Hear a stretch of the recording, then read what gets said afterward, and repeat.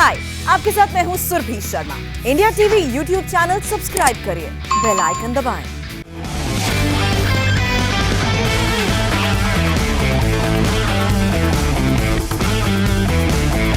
नमस्कार, आज की बात में आपका स्वागत है। कोरोना के केसेस ने एक बार फिर नया रिकॉर्ड बनाया है। एक दिन में 1,84,000 केसेस का विस्फोट हुआ है और कोरोना के बढ़ते प्रकोप का असर आज 10वीं और 12वीं के स्टूडेंट के बोर्ड के एग्जाम पर दिखाई दिया। प्रधानमंत्री नरेंद्र मोदी के आदेश पर फैसला किया गया है कि इस साल सीबीएसई के 10वीं के 10th के एग्जाम नहीं होंगे। स्टूडेंट्स को बिना परीक्षा दिए अगली क्लास में प्रमोट किया जाएगा।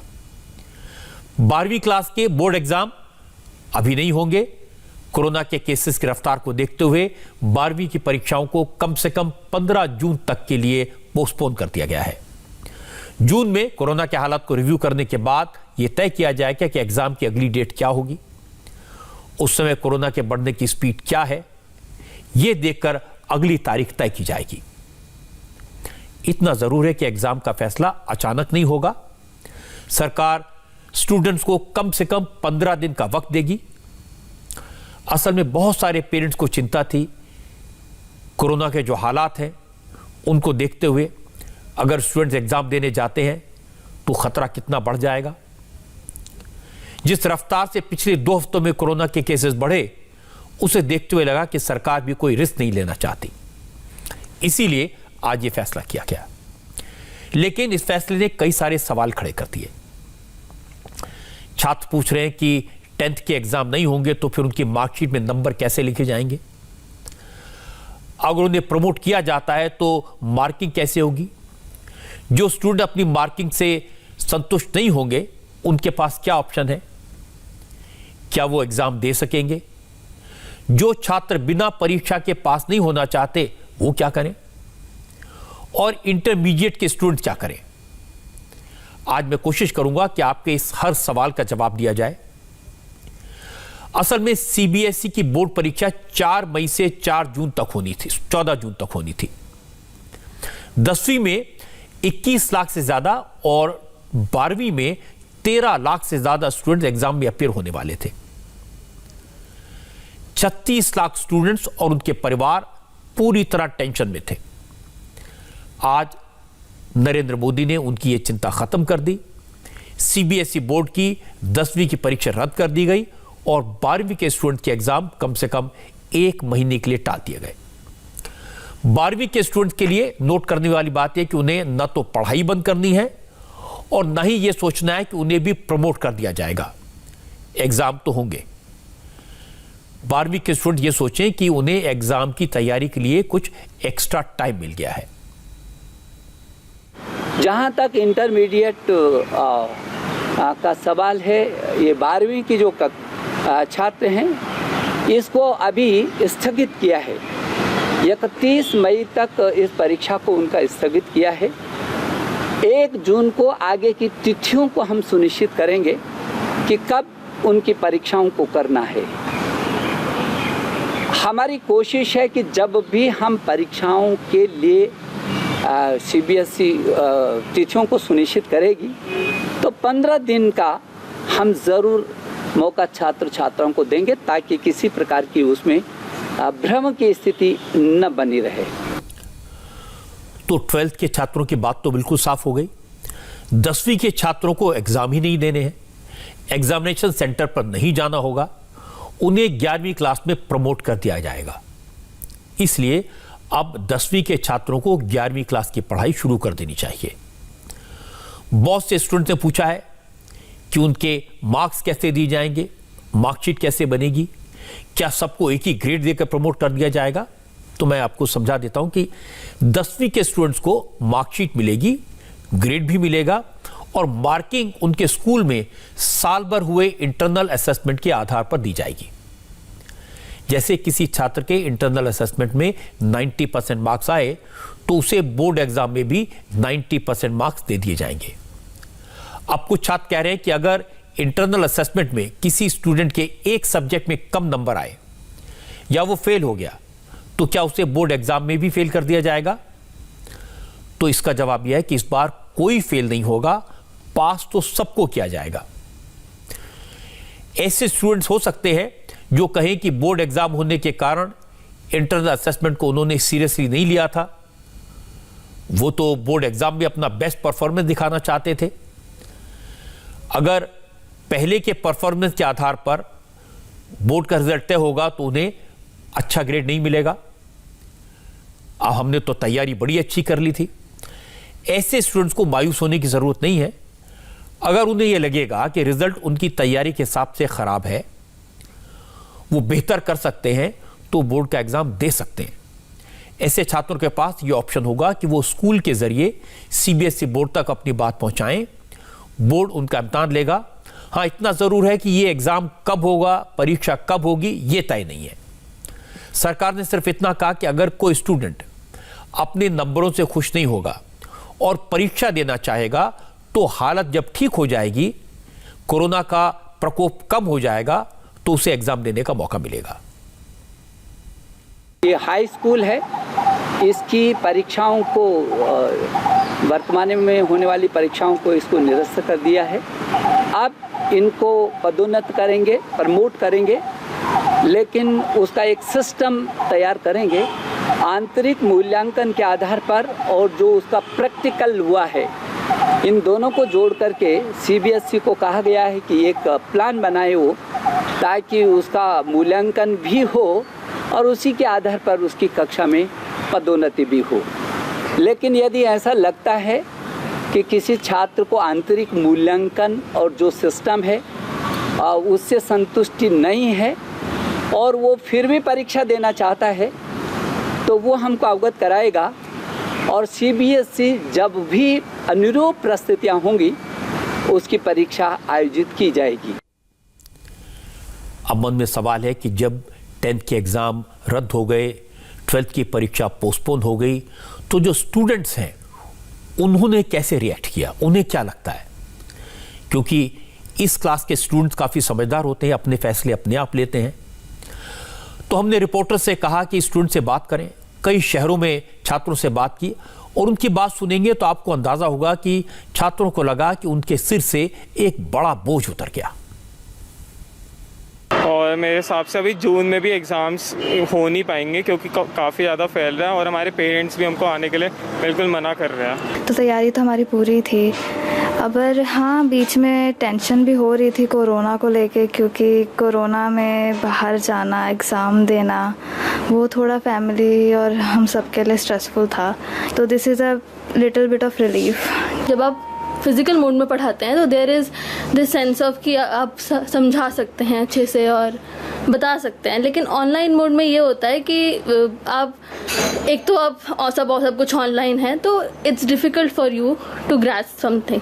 करंट सिनेरियो को देखते हुए तो पोस्टपोन करना अच्छा डिसीजन रहा गवर्नमेंट का, क्योंकि it's not possible for the school to conduct the examination right now. So for me it was a good decision.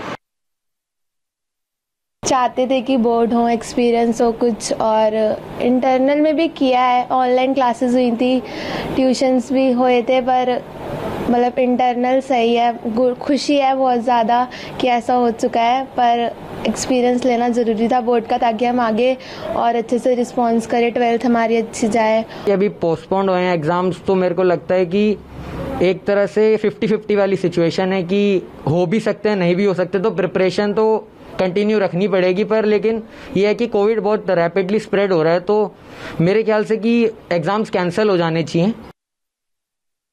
सरकार ने अच्छा फैसला लिया है, इससे बच्चों को सुरक्षा मिलेगी और कोरोना नहीं फैलेगा किसी में। कोविड की वजह से तो ऑनलाइन क्लास ही हो रहा था। ऑनलाइन क्लास में ज्यादा टीचर लोग ठीक से पढ़ा नहीं पा रहे थे। टीचर लोग का गलती नहीं है, उनका नेटवर्क ठीक से नहीं रहता था। तो एक अच्छा डिसीजन है, क्योंकि फिर कोविड हॉटस्पॉट बन जाएगा एग्जाम सेंटर एक तरीके से। 10th का कैंसिल नहीं होना चाहिए, तो उनका भी पोस्टपोन होना चाहिए था, क्योंकि वो भी स्टूडेंट, हम मानते हैं कि उनका भी बाद में एग्जाम होना चाहिए। अगर एग्जाम देने जाएंगे और किसी को कोरोना हो गया तो फिर और ज्यादा केस बढ़ सकता है, तो उसके हिसाब से अच्छा ये लिया है उन लोग डिसीजन। अब स्टूडेंट्स तो खुश हैं, सिर से मुसीबत उतर गई, कोरोना का डर अब उनके दिमाग पर नहीं है। लेकिन पॉलिटिकल लीडर्स कैसे रिएक्ट करते हैं ये देखते हैं। कल अरविंद केजरीवाल ने बोर्ड के एग्जाम्स को रद्द करने की मांग की थी, तो आज deputy chief minister Manish Sisodia ने रिएक्ट किया। सिसोदिया ने कहा कि 12th की परीक्षा भी कैंसिल कर देते तो बेहतर होता। मुझे खुशी है कि देश के लाखों बच्चे, उनके पेरेंट्स और बाकी टीचर्स और बाकी सब लोग भी इंतज़ार कर रहे थे। हमें खुशी है कि एग्ज़ाम 10वीं क्लास के कैंसिल किए जा रहे हैं और 12वीं क्लास की डेट्स रीशेड्यूल की जा रही हैं। हालांकि मेरा मानना है कि 12वीं क्लास के बच्चों के मन में जो एंग्जाइटी अभी बनी रहेगी रीशेड्यूलिंग की वजह से, वो भी दूर की जा सकती थी। उसकी जगह अगर उनके भी एग्ज़ाम कैंसिल करके और एक कोई दूसरा तरीका निकाल लेते और बच्चे भी इससे आगे बढ़ जाते फिर। लेकिन फिर भी अच्छी बात है कि एग्ज़ाम कैंसिल किए जा रहे हैं या उनके बारे में फ़िलहाल ना कराने का फैसला लिया गया है 12वीं क्लास के एग्ज़ाम के बारे में। प्रियंका गांधी कह रही थी कि 10वीं के साथ साथ 12वीं की परीक्षा भी रद्द कर देनी चाहिए। ट्वीट करके कहा कि 12th के स्टूडेंट्स जून तक प्रेशर में रहेंगे और उनके साथ बहुत गलत होगा, इसलिए 12वीं के छात्रों के लिए भी अभी फैसला लेने की जरूरत है। उनकी परीक्षा भी अभी से कैंसिल कर देनी चाहिए। पूरे देश में 21,000 से ज्यादा स्कूलों में CBSE पैटर्न फॉलो होता है, इसलिए फैसले का असर हर राज्य पर पड़ेगा। लेकिन CBSE के फैसला लेने से राज्य सरकारों को थोड़ी राहत मिली, थोड़ी हिम्मत बढ़ी। आज कई राज्यों ने अपने यहां बोर्ड की परीक्षाएं टाल दी। महाराष्ट्र में अभी 12वीं की परीक्षा मई महीने के आखिर में कराने पर फैसला हुआ है, जबकि महाराष्ट्र में 10th का एग्जाम जून में कराया जाएगा, लेकिन तारीखों का ऐलान अभी नहीं किया गया है। पंजाब में बोर्ड की परीक्षाओं पर फैसला कल होगा। मध्य प्रदेश बोर्ड की 10वीं और 12वीं की परीक्षा को टाल दिया गया है। अब मध्य प्रदेश में 30 मई के बाद ही एग्जाम्स होंगे। छत्तीसगढ़ में बोर्ड की 10th की परीक्षा को टाल दिया गया है, हालांकि वहां 12वीं के बोर्ड एग्जाम 3 मई से होने हैं और उस डेट शीट में अभी तक तो कोई बदलाव नहीं किया गया है। राजस्थान में बोर्ड की परीक्षा स्थगित कर दी गई है। राजस्थान में 6 मई से परीक्षा होनी थी, फिलहाल उन्हें टाल दिया गया है। यूपी बोर्ड की परीक्षा की तारीख भी बदल दी गई है और अब ये एग्जाम्स 8 मई से होंगे। लेकिन उत्तर प्रदेश सरकार के सामने एक बड़ी मुश्किल ये है कि यूपी बोर्ड में कुल 19 बड़े अफसर तैनात हैं। इनमें से 17 कोरोना पॉजिटिव पाए गए हैं और इस समय ज्यादातर हॉस्पिटल में, इसलिए यूपी में बोर्ड के एग्जाम 8 मई से वाकई में हो पाएंगे, इसकी गुंजाइश कम दिखती है। अभी हम लोग कोरोना की स्थिति का आकलन समय समय पर कर रहे हैं और समय परीक्षण के उपरांत हम लोग माननीय मुख्यमंत्री जी के साथ बैठने वाले भी थे। हमारे जो लगभग 19 अधिकारी हैं जो सीधे बोर्ड की परीक्षाओं से संबंधित होते हैं, उनमें से 17 संक्रमित हैं और हॉस्पिटल्स में हैं। उनके शीघ्र स्वस्थ होते ही हम संबंध में विचार विमर्श करने के बाद माननीय मुख्यमंत्री जी के साथ संवाद स्थापित करेंगे और उसके बाद हम 8 मई से होने वाली परीक्षा के संदर्भ में कुछ कहने की स्थिति में होंगे। कोरोना केसेस रफ्तार को देखते हुए, इस वायरस से जो हालत पैदा हुई उसको देखते हुए CBSE हो या राज्यों के बोर्ड, सब ने एग्जाम्स को टालना बेहतर समझा। लेकिन ऐसा नहीं कि सिर्फ हमारे मुल्क में ये हो रहा है, दुनिया के बड़े बड़े देशों में भी स्कूलों की परीक्षाओं को कैंसिल किया गया है।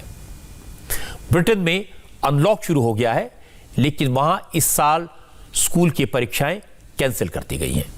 स्टूडेंट्स को बिना एग्जाम दिए अगले ग्रेड में प्रमोट कर दिया जाएगा। फ्रांस में भी स्कूल की परीक्षाओं को रद्द कर दिया गया है और इंटरनल असेसमेंट के हिसाब से स्टूडेंट्स को नंबर दिए गए। नेदरलैंड्स, स्वीडन, डेनमार्क, नॉर्वे, सब मुल्कों ने अपने यहां इस साल स्कूल की परीक्षाओं को रद्द कर दिया है। जापान में इस साल यूनिवर्सिटी के एग्जाम्स को भी टाल दिया गया है। इटली में एग्जाम्स होंगे लेकिन रिटन एग्जामिनेशन नहीं होगा, ऑनलाइन ओरल एग्जाम लिए जाएंगे। इसी तरह जर्मनी, हंगरी और ऑस्ट्रिया में भी परीक्षाओं का तरीका बदल दिया गया है।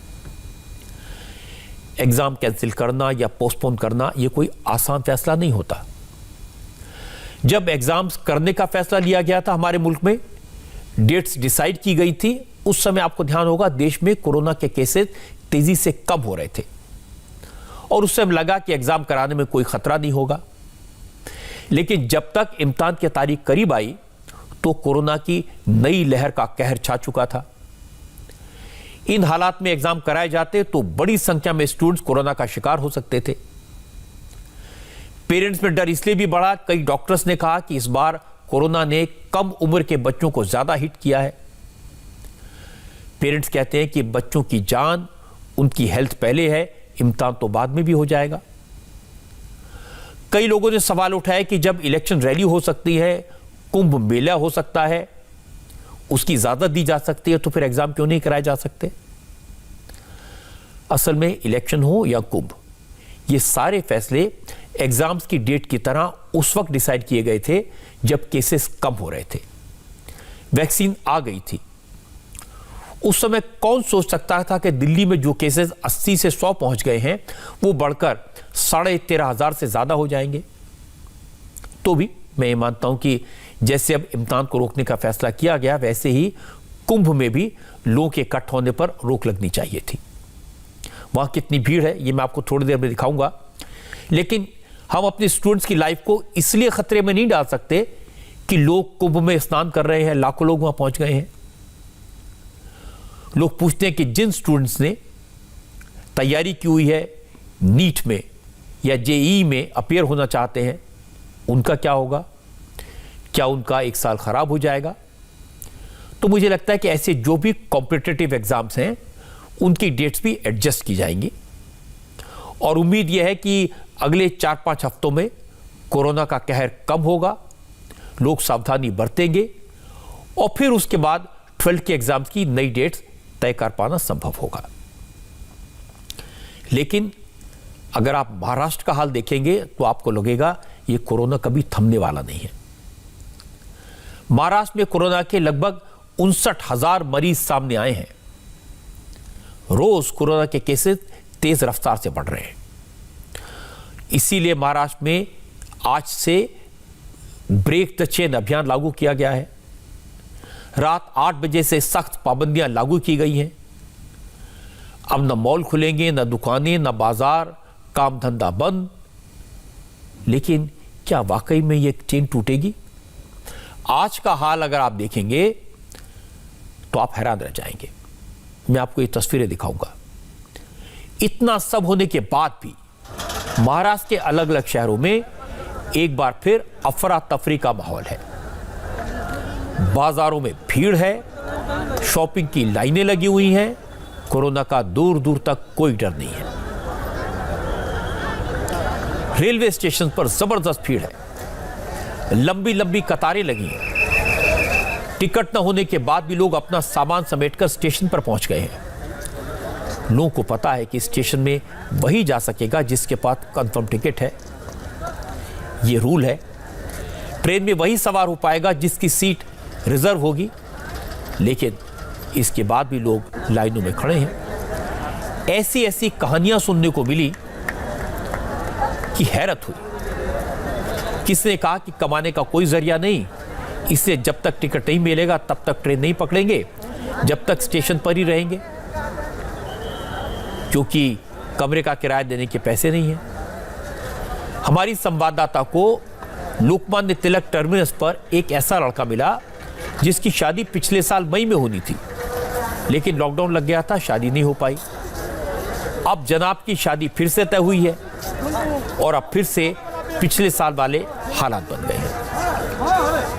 अभी यहाँ जब से लॉकडाउन का प्रॉब्लम हुआ है तो यहाँ मतलब अभी रोजगार का भी प्रॉब्लम हो गया है। ज़्यादा करके सब चीज़ बंद ही पड़ा है, तो इसलिए हम सोच रहे हैं गांव ही चले जाएं तो अच्छा है।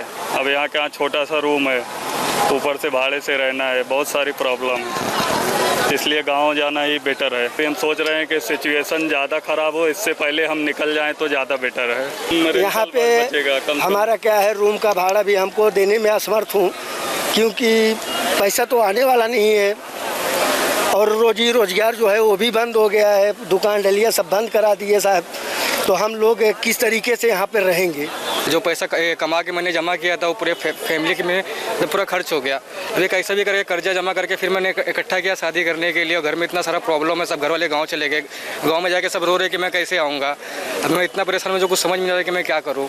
मैं तो इधर पर आके दोबारा फंस गया हूँ। मैं मेरे घर वाले को कैसे भी करके मैं गाँव भेज दिया, मुझे फिर भाग के जाना पड़ रहा है। मेरा शादी है 4-5 दिन के बाद, वो भी ऐसा लगता है कि कैंसिल हो जाएगा अगर मैं नहीं पहुँचूँगा तो। कुछ नहीं समझ में आ रहा मैम, इसीलिए इंक्वायरी के लिए आ जाए थे हम लोग, टिकट के लिए आए थे। हमारे कई दोस्त गाँव जा रहे हैं, इसलिए मैं भी सोच रहा भी चले जाओ, अभी क्या भरोसा, महाराष्ट्र सरकार क्या मालूम क्या करे, कुछ समझ में नहीं आ रहा मैम। पहले बार मैं फंस चुका था। इधर हमको 14,000 मंगाना पड़ा घर से। उसका बाद फिर वो अपना फिर पैसा घट गया, फिर अपना मोहल्ले वाला आदमी पैसा दिया तो फिर गांव गया हूँ। इसी हम लोग वजह से मैं जा रहा हूँ गांव। अभी गांव में रहेगा वो अच्छा है, इधर खाना पीना से कुछ नहीं मिल रहा है, खाना पीना सेट भी ठीक से पकड़ नहीं देता है। कोरोना का ज्यादा डर है कि लॉकडाउन का ज्यादा डर है? लॉकडाउन का ज्यादा डर है। अभी काम नहीं है, कुछ नहीं होगा तो कैसे रहेगा? काम धंधा है नहीं, इसके लिए जा रहे हैं। अच्छा। हाँ, अभी बैठ के काफी दिन से इंतजार कर रहे हैं। अच्छा। अभी वेटिंग टिकट नहीं दे रहे हैं, जनरल टिकट भी नहीं मिल रहा है। हाँ। इसकी वजह से परेशान है। काम है ही नहीं, कुछ काम है ही नहीं, 4 दिन से बैठे हैं, एक हफ्ता से घर पे। ये टिकट मिल पाया है? अभी तो आशा देखेंगे, कल मालूम पड़ेगा मिलेगा कि नहीं मिलेगा टिकट। तब तक स्टेशन पे रहेंगे क्या आप लोग? आज पूरा रात स्टेशन बिताएंगे, नहीं देरी। काम उम नहीं है ना। काम नहीं, काम क्या काम करते थे आप? हम लोग पेंटिंग का काम करते थे। लेकिन अब काम पूरी तरह बंद हो गया? हाँ, बिल्डिंग में बंद हो गए तो काम कहाँ से आएगी? बिल्डिंग में आने जाने नहीं देते हैं ना।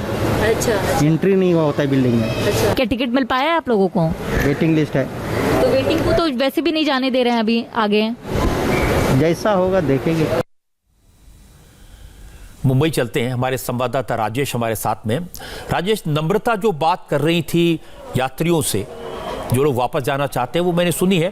तो लोग कह रहे हैं कि उन्हें कोरोना का डर नहीं है, लॉकडाउन का डर है। तो क्या जो रेलवे के अफसर हैं या वहाँ जो सामाजिक लोग हैं, कोई समझाने की कोशिश नहीं करता इन्हें? देखिए रजत जी, मुख्यमंत्री ने भले ही इस पूरे जो गाइडलाइंस है उन्हें लॉकडाउन का नाम न दिया हो, लेकिन लोग समझ रहे हैं कि पिछले साल वाली ही स्थिति है। यही वजह है कि अलग अलग रेलवे स्टेशंस पर भीड़ जो है वो बढ़ रही है। रेलवे के जो अधिकारी हैं वो समझाने की ज़रूर कोशिश कर रहे हैं, लेकिन लोग जो हैं वो परेशान हैं। सबसे पहली बात, काम धंधे लोगों के बंद होने के कगार पर थे पहले ही, अब लॉकडाउन की घोषणा हो गई है, जो कड़े गाइडलाइंस उनकी घोषणा हुई है तो वो बंद हो चुके हैं। इस वजह से लोग स्टेशन पे आ रहे हैं, क्योंकि जहां पे वो काम कर रहे थे, जो उनके मालिक थे, उन्होंने साफ कह दिया है कि आप घर चले जाइए, क्योंकि वो खर्च उनका नहीं उठा सकते। वो एक भीड़ है यहाँ पे। साथ ही कई लोग यहाँ पर वो लोग पहुंचे जो अपने घरों का किराया नहीं दे सकते, क्योंकि रोजाना कमाने वाले लोग हैं। अब उनको लग रहा है कि अगले 1 महीने तक, 1.5 महीने तक वो कुछ कमा नहीं पाएंगे। रेलवे के अधिकारी लगातार उन्हें समझा रहे हैं। साथ ही एक भीड़ जो पिछले कुछ घंटों में यहाँ पे इकट्ठी हुई है वो है जो जिन्हें डर सता रहा, जिनकी ट्रेन कल है, यानी कि कल 11 बजे सवेरे ट्रेन खुलनी है, सवेरे 5 बजे ट्रेन खुलनी है, सवेरे 6 बजे ट्रेन खुलनी है, वो भी यहाँ पे पहुंच रहे हैं। उन्हें डर सता रहा है कि कल लॉकडाउन जब शुरू हो गया, यानी कि आज रात 8 बजे से शुरू है, कल दिन में अगर वो ट्रैवल करना चाहेंगे, यातायात का अगर उन्हें साधन नहीं मिलेगा तो वो यहाँ स्टेशन नहीं पहुंच पाएंगे। यही वजह है कि भीड़ जो है वो देर शाम से लगातार बढ़ती जा रही है। रेलवे के अधिकारी लगातार लोगों से संपर्क कर रहे हैं, यहाँ पर भी आ रहे हैं। पुलिस उन्हें बता रही है कि जिनके पास कंफर्म टिकट है वही जा सकते हैं, लेकिन यहां पर हम देख रहे हैं कि जिनके पास लॉकडाउन की घोषणा हुई है, वेटिंग टिकट लेके भी लोग पहुंच गए हैं। लोग बिना टिकट के भी यहां पे आए हुए हैं, उन्हें लग रहा है कि यहां से टिकट मिल जाएगा, उसके बाद यहां से जा पाएंगे। लेकिन फिलहाल भीड़ बढ़ती जा रही है और यहां से जाने की इजाजत, स्टेशन के अंदर जाने की इजाजत उन्हीं को मिल रही है जिनके पास कंफर्म टिकट है। रजत जी। राजेश, आपकी बात सुन के अंदाजा लगता है कि कितना डर इन लोगों के मन में है और एक कंफ्यूजन है। इस बात का विश्वास नहीं है कि ये लॉकडाउन सिर्फ 15 दिन रहेगा या 20 दिन रहेगा, कितना बढ़ जाएगा, इसलिए वापस जाना चाहते हैं। बहुत बहुत शुक्रिया आपका। लगातार इन लोगों से बात करते रहिए, कोशिश करें इनका दुख हम लोगों के साथ शेयर कर सकें, और अगर किसी की मदद कर पाएं तो बहुत अच्छा होगा। बहुत बहुत धन्यवाद। इस बार ट्रेन बंद नहीं होंगी, लेकिन ट्रेन में उतने ही लोगों को सवार होने की इजाजत दी जाएगी जिनके पास कंफर्म टिकट होगा। अब पलायन फिर से शुरू हो रहा है। तस्वीरें आप देख ही रहे हैं किस तरह से भीड़ है। मुंबई, पुणे, सूरत, अहमदाबाद, सारे शहरों से हमारे रिपोर्टर्स बता रहे हैं कि इसी तरह की भीड़ है स्टेशन पे और मजदूर वापस लौट रहे हैं। जाहिर है ट्रेन में रश है, मजदूरों को दिक्कत ना हो, सबको ट्रेन का टिकट मिल जाए, इसके लिए रेलवे ने अब स्पेशल ट्रेन चलाने का फैसला किया है। कोई नहीं चाहता कि पिछली बार मजदूरों ने जिस तरह की मुश्किलात का सामना किया, इस तरह की मुश्किल का अब उन्हें सामना करना पड़े। तो मुझे लगता है कि जो लोग लॉकडाउन के डर से या काम धंधा होने की वजह से उस डर से वापस लौटना चाहते हैं, उन्हें परेशान नहीं होना चाहिए, धैर्य रखना चाहिए, क्योंकि स्टेशन पर भीड़ लगाने से खतरा होगा। इस बात का यकीन रखें कि इस बार सबके लिए स्पेशल ट्रेन चलाई जाएंगी और अपने घर पहुंच पाएंगे। लेकिन रास्ते में, ट्रेन में चढ़ने से पहले और ट्रेन में उतरने के बाद कोरोना से बच के रहें, ये आपकी जिम्मेदारी है। महाराष्ट्र में साफ दिखाई दे रहा है कि मजदूर परेशान हैं और उनकी बात समझी जा सकती है कि 2 वक्त की रोटी की फिक्र है। सरकार ने गरीबों को मुफ्त खाना खिलाने का ऐलान भी किया है। ऑटो वालों को हर महीने 1500 रुपए देने का वादा किया है। फेरी वालों को उद्धव ठाकरे ने हर महीने 2000 रुपए देने का भरोसा दिया है। लेकिन सवाल यह कि यह सब मदद उनको मिलेगी जिनका रिकॉर्ड सरकारी रजिस्टर में है, और सारे लोगों का रिकॉर्ड नहीं है। ज्यादातर मजदूर तो अनऑर्गेनाइज सेक्टर के हैं। कोई रिक्शा चलाता है, कोई दुकान में काम करता है, कोई फैक्ट्री में मजदूरी करता है, जिनका नाम किसी रिकॉर्ड में नहीं है। उन्हें सरकारी मदद कैसे मिलेगी? अब यह भी उनके सामने चिंता है, इसलिए भी बहुत सारे लोग लौट रहे हैं। मुश्किल में दुकानदार और व्यापारी भी हैं, क्योंकि वो जानते हैं काम धंधा तो बंद हो जाएगा। अब चिंता है कि परिवार का पेट कैसे भरेंगे। जो लोग उनके यहां काम करते हैं उनकी तनख्वाह कैसे देंगे? महाराष्ट्र के रिटेल ट्रेडर्स एसोसिएशन ने दावा किया कि उद्धव ठाकरे ने कल जिस तरह की पाबंदियों का ऐलान किया, उनसे व्यापारियों को हर दिन करीब 1300 करोड़ रुपए का नुकसान होगा। 1300 करोड़ रुपए का नुकसान हर रोज, और फिर बिजली का बिल और बाकी टैक्स भी देने पड़ेंगे। व्यापारियों ने आज उद्धव ठाकरे से कहा कि कोरोना से लड़ाई जरूरी है, लेकिन सरकार को व्यापारियों के बारे में भी सोचना चाहिए। हमारे दुकानों की जो डिमांड थी, हमारे जो पगार है कर्मचारियों का, उसका क्या होगा, हमारे प्रॉपर्टी टैक्स से उसका क्या होगा, हमारा जो नुकसान होगा है उसकी भरपाई कौन करेगा। लेकिन हमारी दुकानें बंद रहेगी 15 दिन, हमारे लोग बेरोजगार हो जाएंगे, लोग घर पे बैठेंगे और उनके पास और कोई चॉइस नहीं है। तो सरकार को थोड़ा सा गोल्ड ज्वेलरी इंडस्ट्री के लिए सोचना था। हमारे कारीगर भाई, उनका क्या होगा, वो क्या करेंगे, वो हम कहाँ से, अब हमारे शोरूमों में कस्टमर आएंगे तो हम काम देंगे, तो उनकी रोजी रोटी चलेगी। तो सरकार ने थोड़ा ध्यान नहीं दिया है। मैं सरकार से एक बार फिर निवेदन करता हूँ। आपने कहा पैकेज दिया, पैकेज के नाम पे मेरे छोटे व्यापारी को क्या दिया? मेरे छोटे व्यापारियों को कुछ नहीं मिला सर। शिव भोजन आपने दिया, अनाज दिया, हमको तो वो भी नहीं मिलने वाला है। तो कृपा करके आप हमारे लिए इमीडिएट पैकेज अनाउंस करिए। समय सबके अलग अलग कर दें। ऑफिस सुबह 8 बजे से 12-1 बजे तक कर दें। सरकारी दफ्तर का टाइम अलग कर दें, दुकानों का टाइम अलग कर दें। इस तरीके की कुछ योजना बनाते तो क्या होता, जान भी बचती और जहान भी रहता। आज न जान बचेगी न जहान बचेगा, सब कोलैप्स हो जाएगा, हमारे घर बार बिक जाएंगे, कौन बचाने आएगा? ये हमारी दुख की बात, इसकी तरफ ध्यान दे। जो बात व्यापारी कह रहे हैं वही बात पूर्व मुख्यमंत्री देवेंद्र फडणवीस ने कही। फडणवीस ने कहा कि महाराष्ट्र में हालात को देखते हुए सख्त कदम उठाने की जरूरत तो थी, लेकिन पाबंदियों को लागू करने से पहले समाज के हर वर्ग के बारे में सोचना चाहिए था। उद्धव ठाकरे ने न तो व्यापारियों का ख्याल रखा न मिडिल क्लास का। सरकार ने गरीबों की मदद का जो भरोसा दिलाया है उसका भी कोई फायदा नहीं होगा। सरकार की ओर से कल जो लॉकडाउन घोषित हुआ है उसमें सरकार ने जो पैकेज दिया है ये एक प्रकार से बरगलाने वाली बात है, क्योंकि सरकार ने 3300 करोड़ रुपया कोविड से युद्ध के लिए जो कुछ आवंटित किए हैं, ये रेगुलर बजट में जब बजट अनाउंस हुआ तब का पैसा है जो 1 साल में इस्तेमाल होने वाला है। लॉकडाउन के समय जो एडिशनल इंफ्रास्ट्रक्चर खड़ा करना है उसके लिए कोई भी प्रावधान नहीं किया गया है और उसका कोई रोड मैप ये सरकार की ओर से नहीं दिया गया है। लॉकडाउन के नाम पर महाराष्ट्र में सरकार ने जिस प्रकार से लोगों को और अलग अलग घटकों को मदद करनी चाहिए थी, कोई मदद सरकार की ओर से नहीं की गई है। इसका बहुत गलत परिणाम महाराष्ट्र की जनता पर होगा। लॉकडाउन करने की भले ही आवश्यकता हो या कड़े अनुबंध लगाने की आवश्यकता हो, लेकिन उसके साथ साथ मदद करना ये सरकार की जिम्मेवारी है। सरकार इसमें पूरी तरीके से फेल हो गई है। मजदूरों की परेशानी हमने देखी, व्यापारियों की बात सुनी। अब महाराष्ट्र की आम जनता पर एक नजर डालते हैं। पाबंदियां लागू हुई हैं, लोगों में टेंशन है, डर है। पहले महाराष्ट्र में दिन भर राशन की दुकानों पर, ग्रोसरी शॉप्स के बाहर लंबी लंबी लाइनें लगी रहीं। कई जगह तो लाइनें 1-1 किलोमीटर लंबी थी। शॉपिंग के लिए का नंबर आने में 3 से 4 घंटे का वक्त लगा। लेकिन मैं आपको अच्छी बात बताऊं, महाराष्ट्र की जनता की तारीफ करनी होगी। न तो धक्का मुक्की हुई, न हंगामा हुआ। लोगों ने मास्क लगाया हुआ था, सोशल डिस्टेंसिंग का पालन कर रहे थे और बड़े संयम से अपनी बारी का इंतजार करते रहे। 15 तारीख से तो 15 दिन तक बंद ही है ना सब। फिर क्या करने का, फिर तो लाइट तो लगाना पड़ेगा ना। फिर छोटा बच्चे लोग घर में रहते हैं तो फिर सामान भी मांगता है ना। लॉकडाउन की वजह से आया। कितनी मुसीबत हो जाती है? बहुत 3 घंटे से लाइन में, हम घंटे 2 घंटा और भी लग सकते हैं। अच्छा, कल शाम को रिटर्न गया हूँ। मैं ये आपको भीड़ दिखा रही हूँ। लोग कह रहे हैं कि वो कल शाम को भी आए थे, लेकिन इतनी भीड़ थी कि आज उनको वापस आना पड़ा है। ये लोग आपको हम दिखा रहे हैं, यहाँ पर शॉपिंग के लिए भीड़ है क्योंकि पैनिक बाइंग शुरू हो गया है। कब से खड़े हैं आप लोग?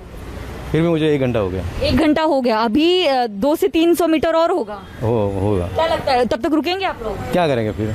अच्छा, आगे और भी मुसीबत आएगी फिर। तो अब तक 200 से 300 लोग ऑलरेडी जो है आगे की तरफ हैं। ये पीछे और की तस्वीर है। लगातार शॉपिंग सेंटर की तरफ से अनाउंस किया जा रहा है कि सोशल डिस्टेंसिंग का पालन किया जाए। कब से खड़े हैं आप लोग यहाँ पर? करीबन आधा घंटा हो गया। आधा घंटा हो गया। अभी तकरीबन 200-300 मीटर और आगे है। तब तक इंतजार करेंगे?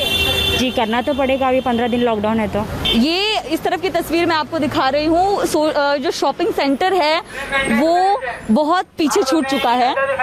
अब जो है आगे की लोकेशंस, फुटपाथ, वो भी लोगों के भीड़ के चलते एकदम भर चुके हैं। लोगों की लाइन यहाँ पे लगी हुई है। तस्वीरें दिखा रहे हैं कि कई 100 मीटर आगे चलकर हम भी आ गए हैं और लोगों की जो लाइन है, जो क्यू है, वो बिल्कुल भी खत्म नहीं हो रहा। और ऐसे में अब तक जो पैनिक बाइंग जो है वो शुरू हो गई है क्योंकि लॉकडाउन आज से लग जाएगा।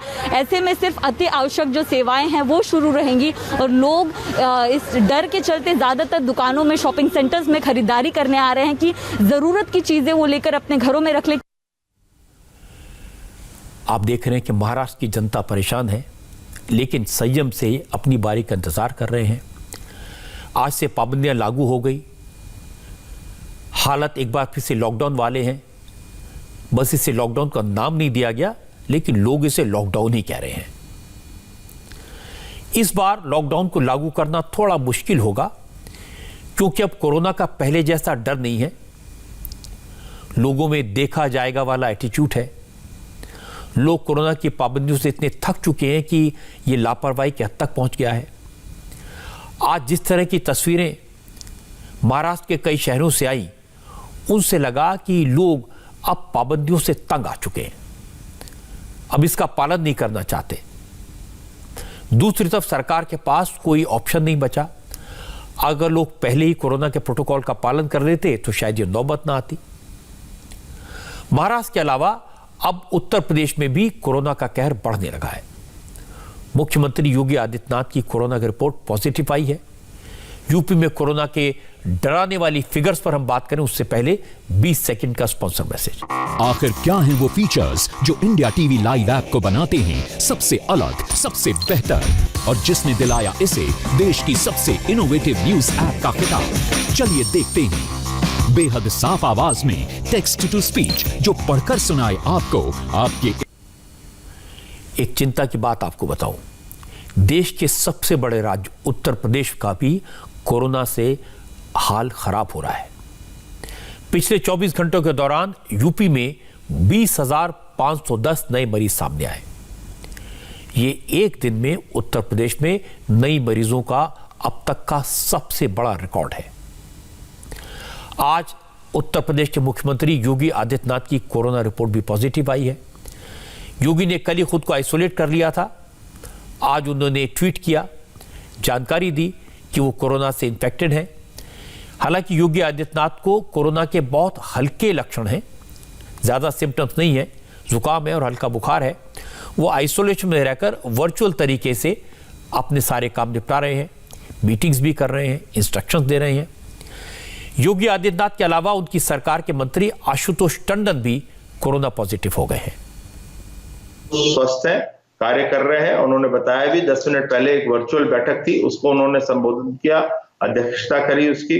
कुछ उनसे चीजों पे अपने विभागीय कुछ कार्रवाई के लिए कुछ उनसे जानकारी और उनसे दिशा निर्देश लेने थे, तो उन्होंने मार्गदर्शन भी दिया और यही कहा कि सब लोग वर्चुअल ज्यादा उस पर फोकस रखें, ज्यादा बाहर जाने की आवश्यकता नहीं है, जितना हो सके वर्चुअली करा जाए। कोरोना का वायरस ये नहीं देखता कि कौन सत्ता में है और कौन विरोधी दल में। योगी आदित्यनाथ कोरोना पॉजिटिव हुए। आज ही Akhilesh Yadav former chief minister भी कोरोना पॉजिटिव पाए गए। अखिलेश यादव भी होम आइसोलेशन में हैं। संडे को अखिलेश यादव हरिद्वार गए थे। कुंभ में उन्होंने अखिल भारतीय अखाड़ा परिषद के राष्ट्रीय अध्यक्ष नरेंद्र गिरी से मुलाकात की थी और उसी दिन नरेंद्र गिरी की कोरोना रिपोर्ट पॉजिटिव आई थी। संडे को अखिलेश यादव स्वामी स्वरूपानंद सरस्वती से भी मिले थे। अखिलेश यादव के साथ समाजवादी पार्टी के कई नेता थे, कई कार्यकर्ता थे। अब सबके ऊपर कोरोना वायरस का खतरा मंडरा रहा है। योगी आदित्यनाथ ने कोरोना को काबू में करने में पिछले साल जबरदस्त काम किया था। गरीबों के घर तक खाना पहुंचाया था, कोरोना की रफ्तार को रोकने में कामयाब हुए थे। लेकिन अब यूपी के हालात काफी तेजी से बिगड़ रहे हैं। 2 दिन पहले 13,500 मरीज निकले थे, कल 18,000 मरीज थे और आज यह आंकड़ा 20,500 से पार हो गया। यह रफ्तार चिंताजनक है और हालत मध्य प्रदेश में भी लगातार बिगड़ रही है। पिछले 24 घंटों में कोरोना के 9,720 नए केसेस सामने आए। मध्य प्रदेश में एक बड़ा क्राइसिस है ऑक्सीजन का। कोरोना के मरीजों को ऑक्सीजन की कमी पड़ रही है। मध्य प्रदेश में जो हालात हैं उसकी चिंता की लकीरें आज मुख्यमंत्री शिवराज सिंह चौहान के चेहरे पर साफ दिखाई दे रही थी। शिवराज सिंह ने कहा कि हालात बिगड़ रहे हैं, यह सही है, लेकिन वो लोगों की मदद करने की हर संभव कोशिश कर रहे हैं। ऑक्सीजन की सप्लाई बढ़ा दी गई है। अगर हवाई जहाज से ऑक्सीजन मंगानी पड़ी तो वो भी करेंगे। थोड़े भावुक हो गए शिवराज सिंह और कहा अगर उनके प्रदेश में ऑक्सीजन पहुंचने में देरी होती है तो उनकी खुद की सांसें थम जाती हैं। मैं ऐसा मुख्यमंत्री नहीं हूं कि हमेशा कहूं कि सब अच्छा है। स्थिति विकट है, ऑक्सीजन चुनौती है, मैं इनकार नहीं करता। कल 272 मीट्रिक टन ऑक्सीजन की उपलब्धता थी, आज बढ़ा के हम 280 मीट्रिक टन कर पाए। ऑक्सीजन के टैंकर पर पुलिस बिठाते हैं, समय पर पहुंच जाए, कहीं रोका टोकी ना हो, क्योंकि 1 घंटा भी लेट होती है तो सांस मेरी थमने लगती है। 8 एयर कंसंट्रेटर की यूनिट लगा रहे हैं, 4 कंप्लीट हो गई मेरी।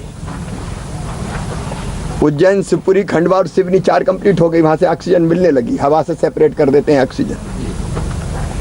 4 पे और काम चल रहा है, मंदसौर, रतलाम, मुरैना, जबलपुर। जैसे तेजी से काम हो सकता हम करने की दिन रात कोशिश कर रहे हैं। मैं तो एक की गिनती कर रहा हूं। 750 16 को मिल जाएंगे। 2000 का हमने ऑर्डर दिया है और यथासंभव कोशिश कर रहे हैं, क्योंकि एक पेशेंट के व्यवस्था कम से कम हो जाए, सिलेंडर की जरूरत नहीं पड़ेगी। 2000 के हमने ऑर्डर दिए। मैंने कहा कि कहीं भी कोई कंपनी ढूंढो, मैं खुद भी कंपनियों से जरूरत पड़ेगी तो बात करूंगा और जितने मिल सकते हैं हम लेके आएंगे। रेमडेसिविर इंजेक्शन 31,000 हमको प्राप्त हो चुके हैं जो हमने ऑर्डर दिए थे। 12,000 कल सवेरे तक और आ जाएंगे। और मैंने निर्देश दिए कि हेलीकॉप्टर, हवाई जहाज खड़ा, अगर कहीं जल्दी भेजना हो तो हेलीकॉप्टर में रखो और छोड़ के आओ। शिवराज चौहान की बातों से उनकी चिंता, उनकी परेशानी साफ दिखाई देती है और हालत है भी ऐसी। मैं आपको उदाहरण के तौर पर भोपाल की तस्वीरें दिखाता हूं।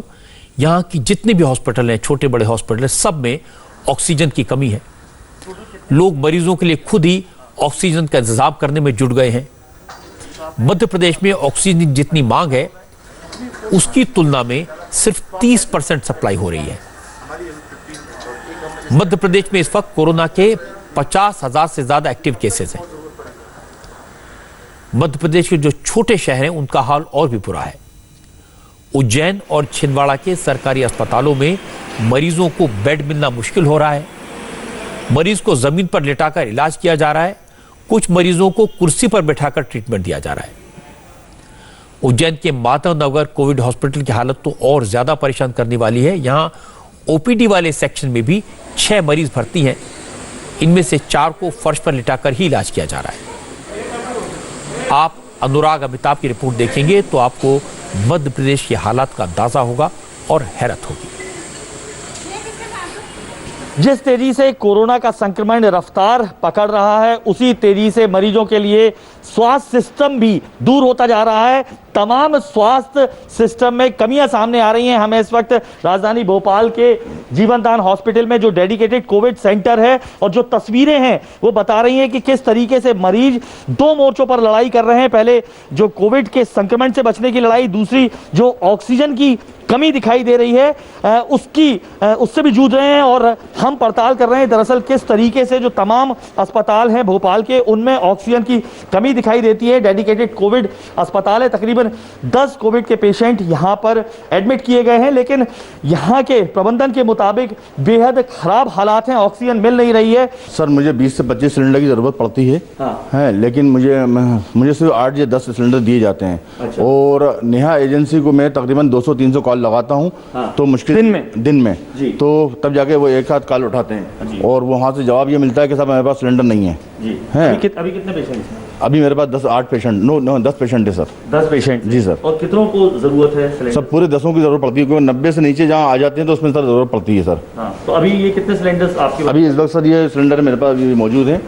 6 सिलेंडर मौजूद हैं, बाकी सब लगे हुए हैं। तो सिलेंडर की जो है मतलब इस वक्त जो है बेइंतहा ज़रूरत है, लेकिन सिलेंडर कहीं ऑक्सीजन कहीं मिल ही नहीं रहा है। और पेशेंट के घर वाले जो है कहीं से जुगाड़ करके वो लोग ऑक्सीजन लेके आते हैं, या हम भी कहीं से जुगाड़ करके लेके आ रहे हैं और अपना काम कर रहे हैं। लेकिन जो है मतलब जो प्रशासन तो कह रहा है कि बिल्कुल सिलेंडर्स मिल रहे हैं, ऑक्सीजन की कमी नहीं है। बिल्कुल एजेंसी जो है नेहा एजेंसी, वहाँ से हमें सिलेंडर नहीं दिया जा रहा है। 3 दिन से हमें चक्कर लगवा रहे हैं नेहा एजेंसी वाले, और कोई सिलेंडर नहीं दे रहे। अभी भी मैंने फोन लगाया था उनको। अभी आपको कितने सिलेंडर्स की जरूरत है? अभी सर मुझे 10 सिलेंडर की जरूरत है सर। और ये नहीं मिले अगर आपको समय पे? सर परेशानी आएगी सर शाम को। मुझे क्या परेशानी आ सकती है? पेशेंट के साथ परेशानी आ जाएगी। सारा पेशेंट जो है ऑक्सीजन पे है सर मेरे यहाँ। अब जो खबर मैं आपको बताने वाला हूं वो सुनकर आपके रोंगटे खड़े हो जाएंगे। छत्तीसगढ़ से यह खबर आई है। छत्तीसगढ़ में हेल्थ डिपार्टमेंट के joint director doctor Subhash Pandey की कोरोना से मौत हो गई है। वो छत्तीसगढ़ में कोविड कंट्रोल मिशन के नोडल अफसर थे और हेल्थ डिपार्टमेंट के प्रवक्ता भी थे। डॉक्टर सुभाष पांडे दूसरी बार कोरोना पॉजिटिव हुए थे, लेकिन इस बार वो कोरोना से जीत नहीं पाए। छत्तीसगढ़ में अब हर रोज 15,000 से ज्यादा नए केस आ रहे हैं। दिल्ली में हालत लगातार बिगड़ रही है। आज सरकार ने 14 प्राइवेट अस्पतालों की लिस्ट जारी की है, जिसमें सिर्फ कोविड मरीजों का इलाज होगा। इससे दिल्ली में कोरोना के ट्रीटमेंट के लिए करीब 3,500 बेड्स बढ़ गए हैं। इससे पहले यह बताया गया था कि दिल्ली के 24 प्राइवेट हॉस्पिटल ऐसे हैं जहां सारे बेड फुल हो गए हैं। दिल्ली में पिछले 24 घंटों में नए केसेस की तादाद 17,000 से ऊपर पहुंच गई है और आज कोरोना के इस खतरनाक वायरस से 104 लोगों की मौत दर्ज हुई। देश में कोरोना तेजी से फैल रहा है। हालात कितने खराब हैं दिल्ली में, मुंबई में, मध्य प्रदेश में, छत्तीसगढ़ में, ये मैंने आपको दिखाया। देश भर से ऐसी रिपोर्ट्स मैं आपको दिखा सकता हूं, लेकिन इसके बाद भी लापरवाही हो रही है। आस्था के नाम पर कई जगहों पर लाखों की भीड़ जुट रही है।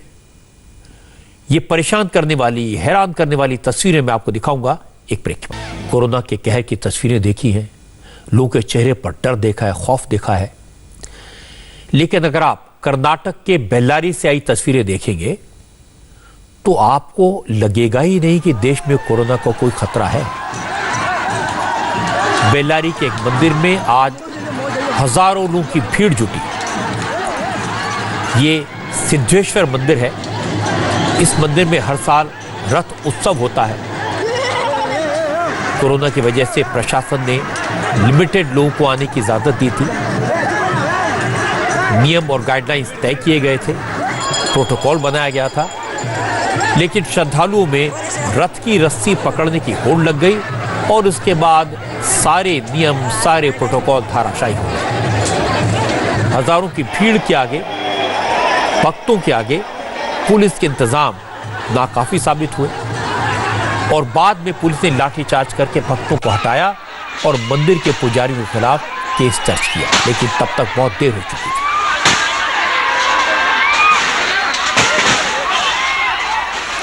भक्ति के नाम पर, आस्था के नाम पर आज हरिद्वार में इसी तरह का नजारा दिखाई दिया।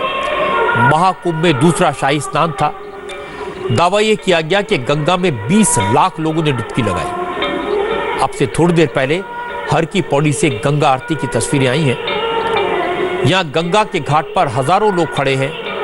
यह हाल तब है जब हरिद्वार में आज 525 लोग कोरोना पॉजिटिव पाए गए और सिर्फ कुंभ मेले के एरिया में 102 साधु संत कोरोना से इन्फेक्टेड मिले हैं। आस्था और भगवान के नाम पर, भक्ति के नाम पर किसी को भी नियमों को तोड़ने की इजाजत नहीं दी जानी चाहिए। भक्ति बाद में हो सकती है, पूजा बाद में हो सकती है, लेकिन आज देश को कोरोना से बचाने की जरूरत है और जहां भी ऐसी गलती हो सख्त कार्रवाई होनी चाहिए। अब आपको दिखाते हैं राजस्थान से एक बड़ी हैरान करने वाली खबर। यहां पर हॉस्पिटल से कोरोना की वैक्सीन चोरी हो गई, लेकिन डिटेल आपको बताऊं इससे पहले एक ब्रेक। आपको बता दूं कि इस वक्त तक हमारे देश में 11 करोड़ से ज्यादा लोगों को कोरोना की वैक्सीन दी जा चुकी है। वैक्सीनेशन की रफ्तार के मामले में हम दुनिया में नंबर 1 हैं, लेकिन हैरान करने वाली बात है कि हमारे देश में वैक्सीन की चोरी की खबरें आने लगी हैं। जयपुर के एक सरकारी हॉस्पिटल से कोरोना वैक्सीन चोरी हो गई है। 11 अप्रैल को यहां कोरोना वैक्सीन की सप्लाई की गई थी।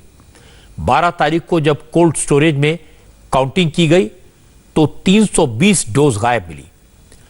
2 दिन तक तो हॉस्पिटल ने इसकी जानकारी पुलिस को नहीं दी, इंटरनल जांच करते रहे, लेकिन जब वैक्सीन नहीं मिली तो पुलिस को चोरी की खबर दी गई।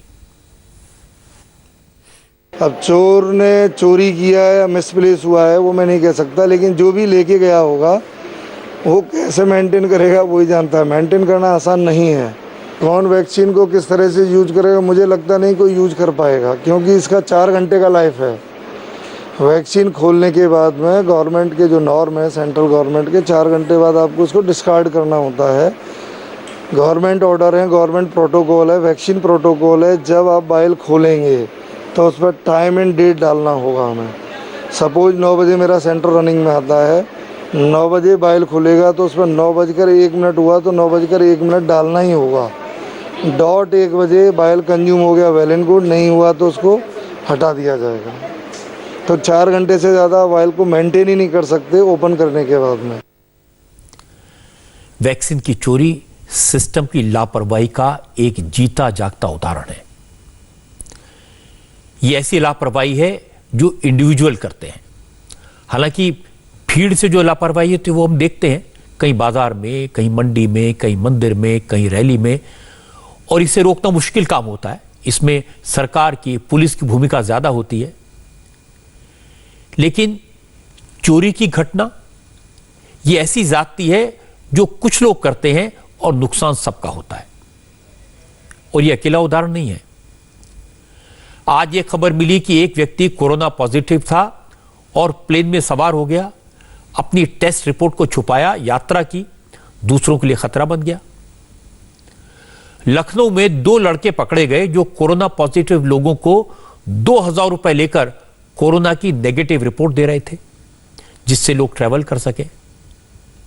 सूरत में एक व्यक्ति ने होम डिपार्टमेंट के नाम से एक जाली लेटर जारी कर दिया और 6 बड़े शहरों में लॉकडाउन का ऐलान कर दिया। थोड़ी देर के लिए तो पैनिक फैल गया था, फिर वो पकड़ा गया। दिल्ली में एक मकान मालिक ने किराएदार को इसलिए घर से निकाल दिया कि उसकी कोरोना टेस्ट की रिपोर्ट पॉजिटिव आई थी। वो घर पर आइसोलेशन में रहना चाहता था। ये नौजवान घर से निकाले जाने के बाद दिन भर भूखा प्यासा मेट्रो स्टेशन पर बैठा रहा और बाद में एक एनजीओ ने उसे शेल्टर दिया। कितनी जगह से खबरें आई कि लोगों ने रेमडेसिविर के इंजेक्शन की होर्डिंग कर ली, इसे ब्लैक में बेचा, दूसरों की तकलीफ का फायदा उठाकर पैसा बनाया। जोधपुर में एक शख्स ने अपनी फेसबुक पर लिखा कि शहर के एक हॉस्पिटल में 200 लोगों की मौत हो गई है कोरोना से। बात झूठी थी लेकिन वायरल हो गई। हॉस्पिटल का नाम बदनाम हुआ, लोग परेशान हुए। कई जगह लोग कोरोना से बचने के लिए अपने फॉर्मूले सोशल मीडिया पर पोस्ट कर देते हैं। इससे भी कई जगह नुकसान हुआ है, लोग बीमार हुए, कई जगह मौत हुई है। ऐसी बहुत सारी घटनाएं हैं जो रोज मेरे पास आती हैं, मैं आपको गिनवा सकता हूं। लेकिन हमें ऐसे सारे लोगों से सावधान रहने की जरूरत है और अपने आसपास के लोगों को भी सावधान करना चाहिए। इस संकट का समय है, सबको मिलकर इस त्रासदी से, इस संकट से लड़ना है। हाय, आई एम सुरभि शर्मा। खबरों से अपडेट रहने के लिए India TV YouTube channel subscribe करिए, साथ में बेल आइकन जरूर दबाएं। जुड़े रहें इंडिया टीवी के साथ।